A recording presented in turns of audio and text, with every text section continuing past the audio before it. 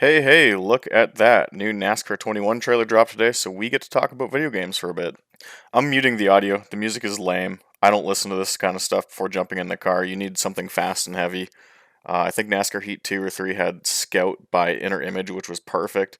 This was not the music they should have used. The trailer, I think, is actually pretty solid compared to what we had with NASCAR 2011, where it was almost all pre rendered.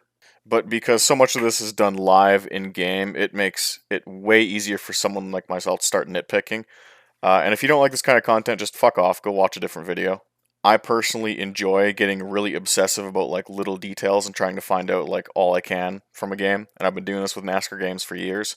And I think some of the concerns I had about this game earlier in the month before this trailer dropped have actually been validated. I won't go through the trailer frame by frame because it's a waste of time and you have better things to do. I just want to highlight like some of my key takeaways from all of this. Okay, so there's a shot where the 62 car gets shoved into the wall at Vegas. There's literally no damage on the car. I really don't know how this wasn't caught in editing or just someone saying, hey, you probably shouldn't use that clip. The running order displayed 8 laps into a race at Nashville is James Davison, Ryan Newman, Martin Truex, and Ross Chastain. I have questions about the AI ratings if James Davison is leading a race.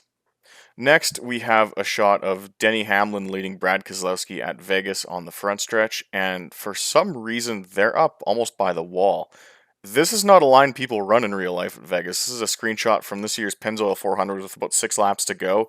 Everyone's either on the apron or right along the white line. In NASCAR 03, both in the vanilla game as well as third-party mods, they've gotten the AI behavior for this track pretty bang on. For the AI line to be running single file way the fuck over here means whoever did the AI line for this track didn't even watch the race.